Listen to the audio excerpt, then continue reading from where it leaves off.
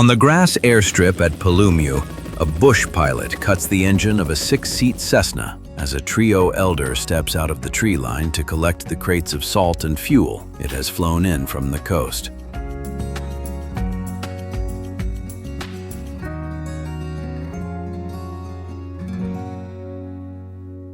"400 kilometers north, on Keizersstraat in Paramaribo, a caretaker touches a match to a brass candle inside a wooden synagogue as the call to prayer carries over the wall from the mosque next door.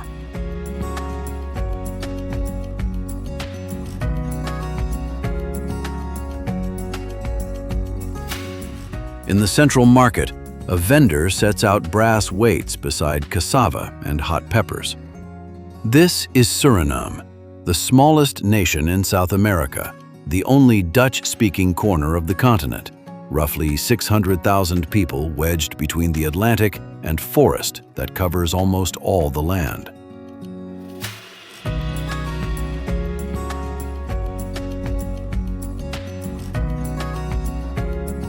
Here, slavery was abolished in 1863, and yet the freed were bound to the same plantations under the same masters for 10 more years, until the debt was declared paid in 1873.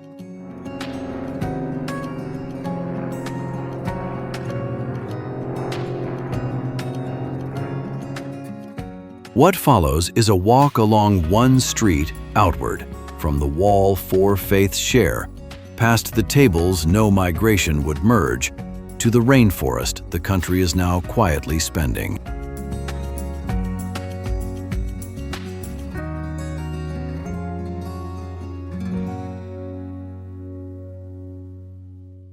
On Keizersstraat in central Paramaribo, the day arrives one shutter at a time. The street is narrow, the wooden facades leaning close on both sides, the timber grey and green, with more than a century of wet season rain. A single figure crosses at the far end and is gone.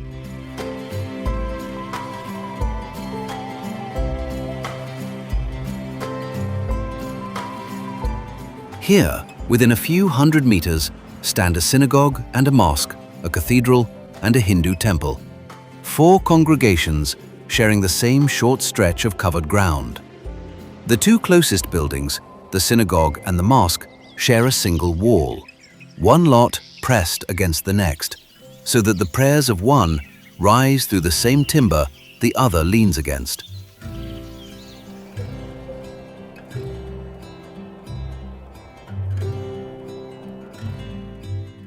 Nowhere is this arrangement marked or explained. It is simply the address.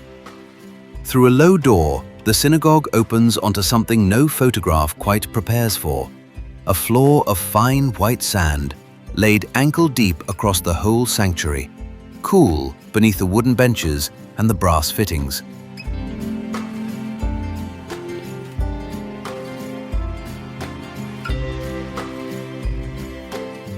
This is Neve Shalom, and the sand is old practice, a memory of the desert the Book of Exodus crossed, carried to the tropics and kept. Jews have lived in Suriname since the 17th century, among the oldest continuous Jewish communities anywhere in the Americas.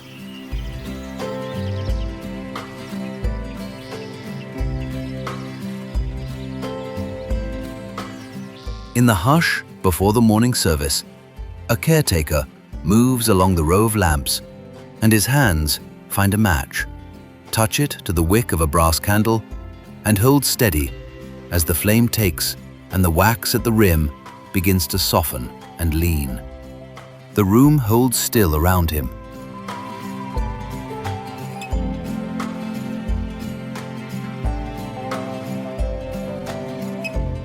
Then, from the next lot, through the shared wall, the sound arrives, the call to prayer lifting from a minaret against a pale sky. The candle flame holds. The 2 congregations have kept the peace for generations, lending one another their yards for parking on the days the other fills the street. On this block, neighborliness is the whole of the miracle.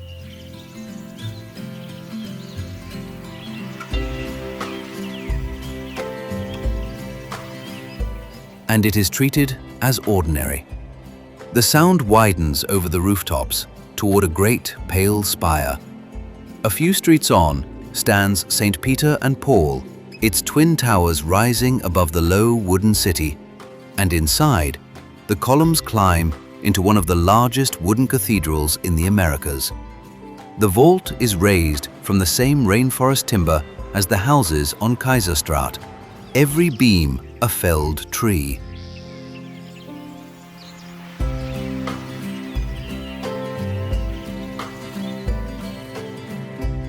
Faith here is built at full height, in wood, and left to the humidity to keep or to claim. A short walk further, the sweep completes itself at Arya Dewaka, a Hindu temple whose ornamented cornices catch the first full sun, its symbols worked into the plaster.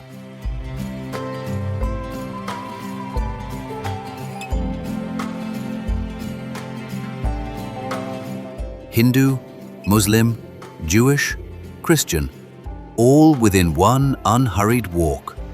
And on this street, they argue, bargain, and greet one another, not in Dutch, but in Sranan Tongo, the Creole every faith here shares, even as each prays in a tongue of its own. The call to prayer fades.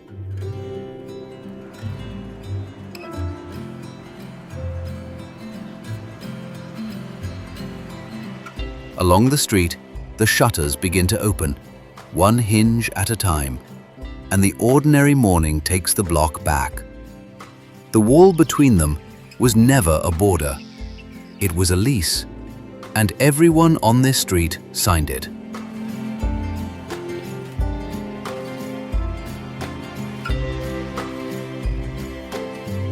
The inner city of Paramaribo wakes along a single row of timber houses, white and ochre, their louvered shutters folded flat against the boards, the morning light moving slowly up a planking as the heat begins to gather. These houses are Dutch by design, cut and joined more than 2 centuries ago, and they have outlived the empire that raised them. The hands that live behind their doors now belong to the descendants of 4 separate crossings and the people who were here before any ship: Creole, Hindustani, Javanese, Chinese, and the indigenous nations the others found already living on the land.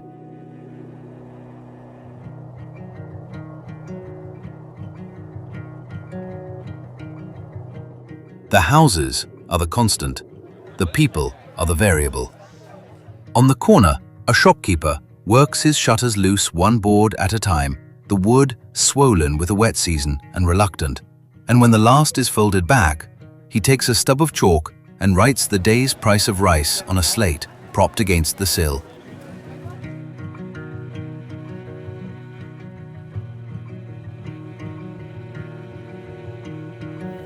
The street runs down to the water, where it stops at the water cant and the brown river beyond.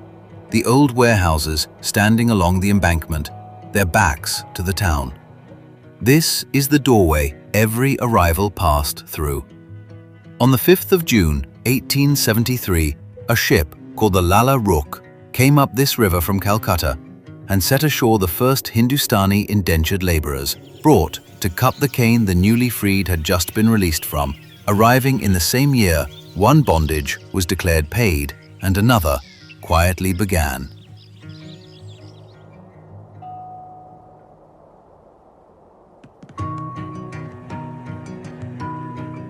A few hundred meters upriver, the timber gives way to brick and stone at Fort Zeelandia, its 5 pointed walls set low against the water, the old cannon still pointing across the river mouth.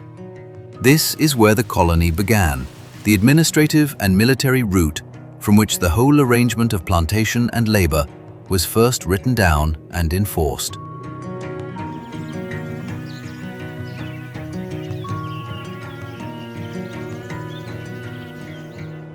The walls catch the morning light, the grass kept short, the river easy beyond them, and it would be simple to let the prettiness of the timber city stand in for the whole story.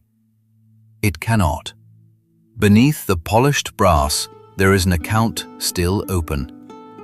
Inland from the fort, the streets open onto Onafhankalakaidsplain, Independence Square, a broad plaza of pale government buildings and tall palms, where, on the 25th of November 1975, amid the post-war decolonization that had already loosened European empires across the world, the Netherlands granted independence to its oldest South American colony, and 5 peoples became one flag.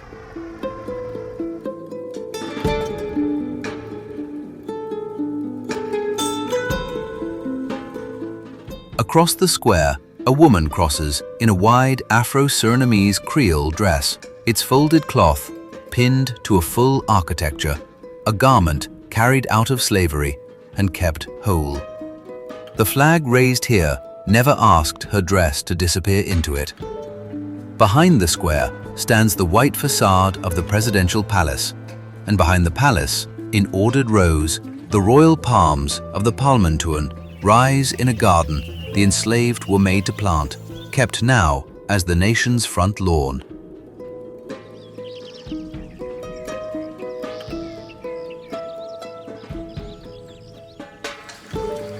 The beauty of the place is real, and so is the debt beneath it, the two set into the same ground and not yet reconciled. 4 crossings and a people already here, 1 postcode, and not one of them in 200 years ever fully dissolved into the others.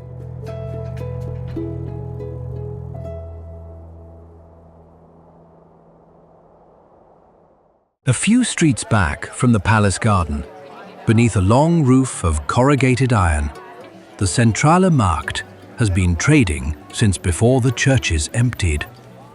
The aisles narrow between tables of cassava and green bananas, bitter melon and hot peppers, the brass scales swinging and settling as a vendor slides a weight along the bar. This is where the week is provisioned, and where, once a week, the argument the whole country has been having for 2 centuries is laid out on plates instead of settled.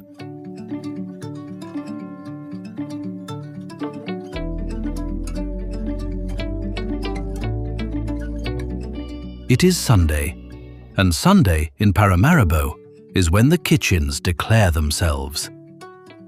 In a kitchen off the market, a pair of floured hands works a round of dough across a wooden board, pressing it flat, turning it, pressing again, the flour dusting the wrist and the seam of the sleeve, before the disc goes down onto a flat iron griddle and lifts at its edge in the heat.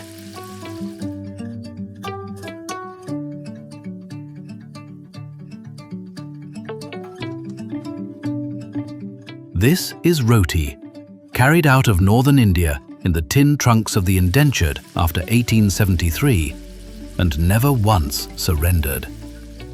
The same flat bread that was rolled in the villages above the Ganges before the first ship ever left for the cane fields of the Caribbean. 2 doors along, an oven door swings open, and a heavy dish comes out under a sheet of foil. And when the foil is peeled back, the steam lifts in a single sheet off a browned crust. This is pom.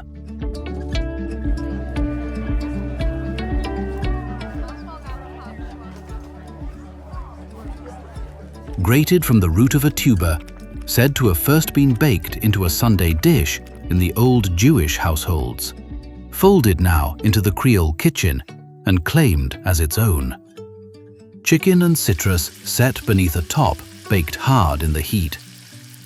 No 2 families weigh the salt the same way, and each is quietly certain the others have it slightly wrong.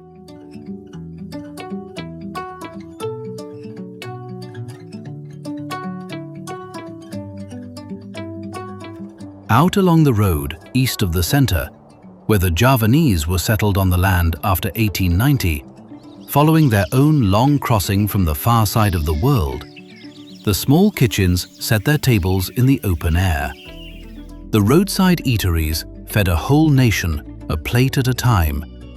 And from the wok comes bami, the fried noodle brought from Java and salted to a local taste, handed across the counter in a paper wrap, still too hot to hold.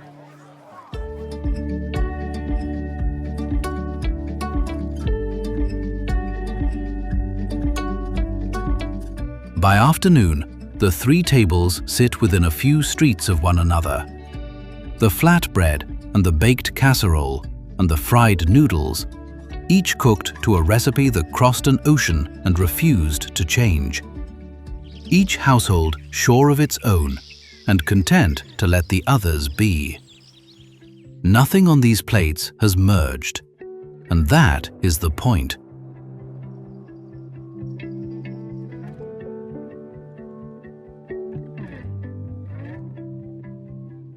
A country that will not agree on how to season its Sunday is a country still made of the places it came from.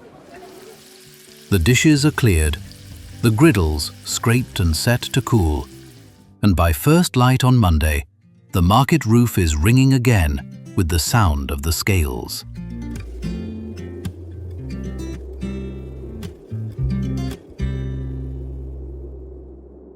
The food has a birthplace, and it lies downriver. East of the city, the Komavina River runs slow and brown between low banks. And along it, half swallowed by the green, stand the plantations that grew the sugar and the coffee, that provisioned the market and paid for the timber town upstream.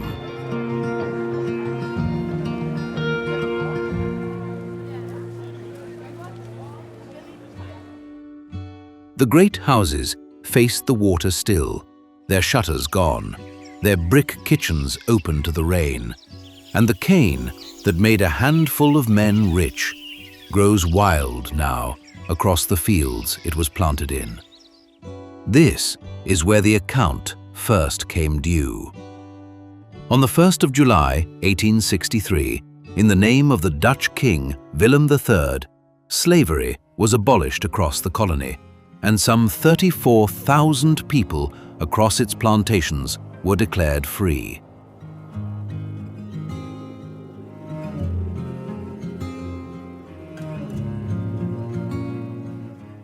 The paper freedom came with a condition. Emancipation freed no one to leave.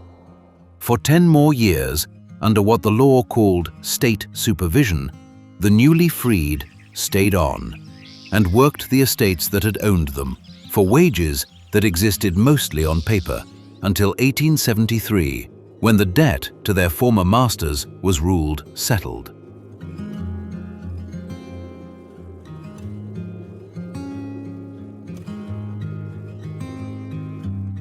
Compensation was paid that year, 300 guilders a head, not to the freed for their stolen years, but to the slaveholders for their lost property. The Surinamese historian Cynthia MacLeod, whose life's work rests on these plantation records, keeps the arithmetic of that year in plain view. The money moved toward the owners, never toward the people who had done the work.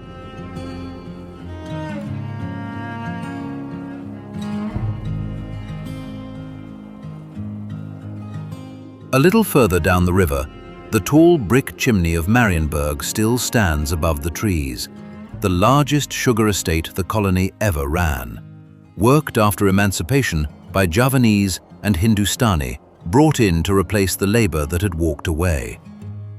The machinery rusts in the sheds where it stopped.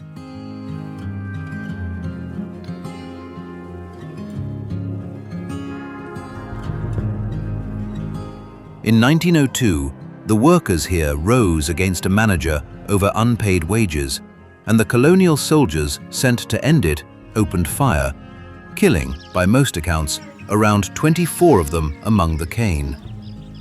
The chimney marks the place the way a headstone marks a grave.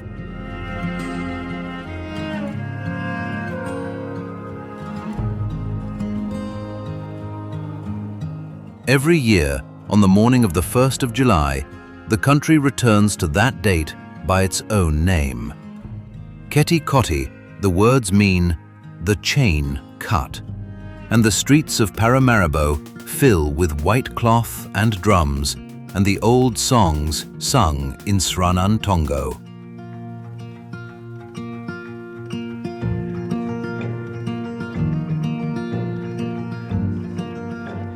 In a yard off the market, an elderly woman kneels at a low table, presses the creases from a white dress with the flat of her hand, and lays a single sprig of green beside a bowl of water, the small rites of a household remembering. The chain was cut in law in 1863.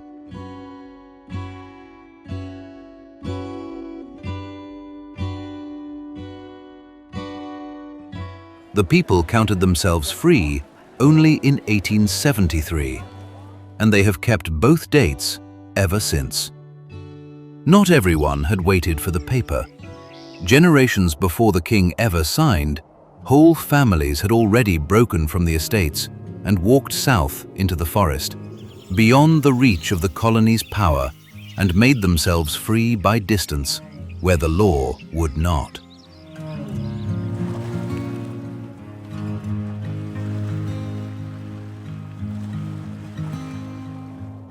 The plantations end where the road ends. Past them lies the one place the whole account could never fully reach.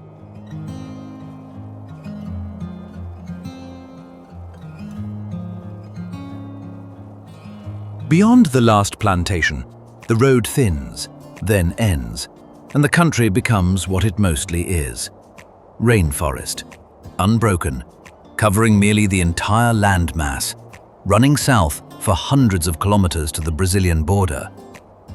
From the air, it reads as wealth of a particular kind, the kind not yet spent.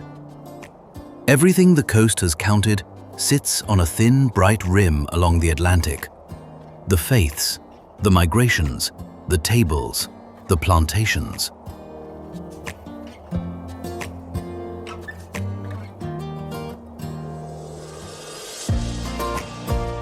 Behind it, the forest waits, holding the timber, the water, the gold, and whatever the country decides it is worth. One large wound is already cut into that green. In the early 1960s, the Afobaka Dam closed across the Suriname River to power a bauxite smelter, and the water rose behind it until it had drowned an area larger than some nations. A reservoir of flooded forest, where the dead trees still stand grey above the surface.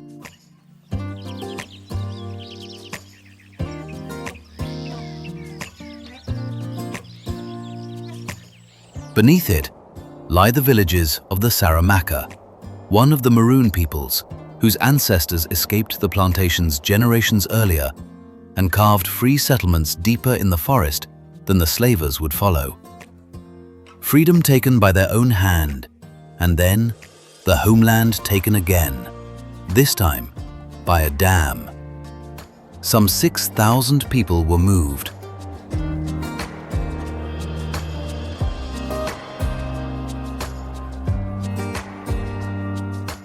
The reservoir keeps its name.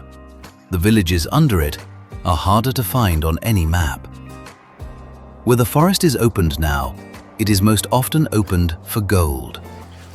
Along the interior rivers, the small-scale miners work the gravel with hoses and pumps, and the water they leave behind runs the color of milky coffee for kilometers. The mercury they use to gather the dust, settling into the fish and the people who eat them.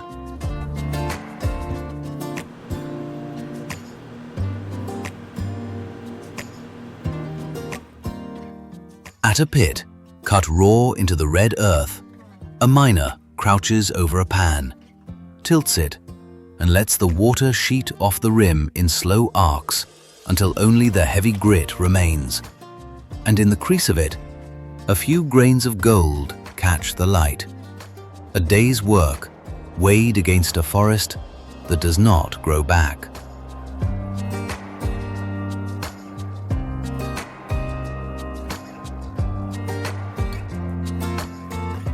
Out past the coast, beneath the seabed, sits the larger bed. In 2020, the drills confirmed what the surveys had promised: a major oil field more than 100 kilometers off the Atlantic shore. Billions of barrels. Foreign majors signing on. President Chan Santoki has called it the country's chance to clear its debts and build the roads and schools the coast has long gone without.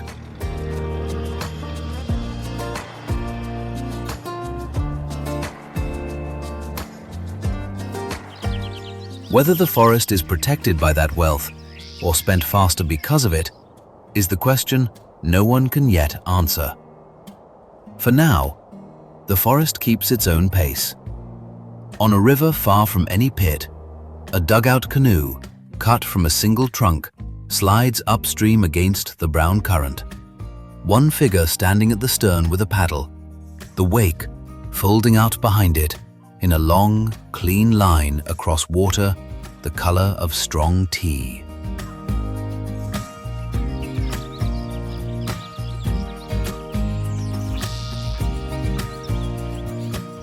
There are no roads here.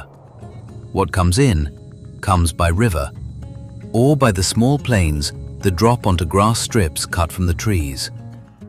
The country is still deciding which arrivals are supplies and which are withdrawals.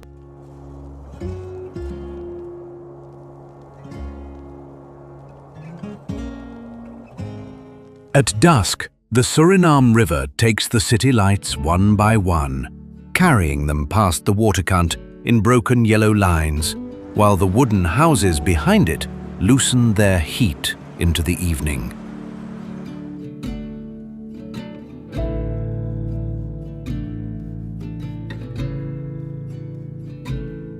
The day does not circle back to where it began.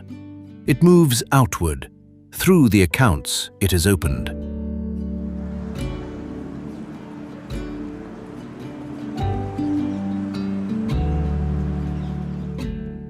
On Keizersstraat, the candle has burned down to the brass and the shutters stand open. In the central market, the last hot peppers are weighed and bagged.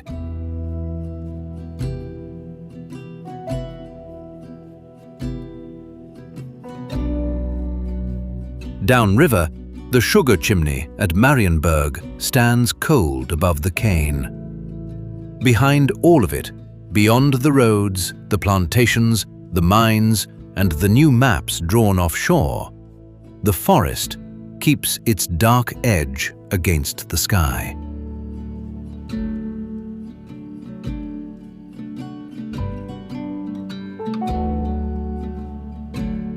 "93% of the country is still forest.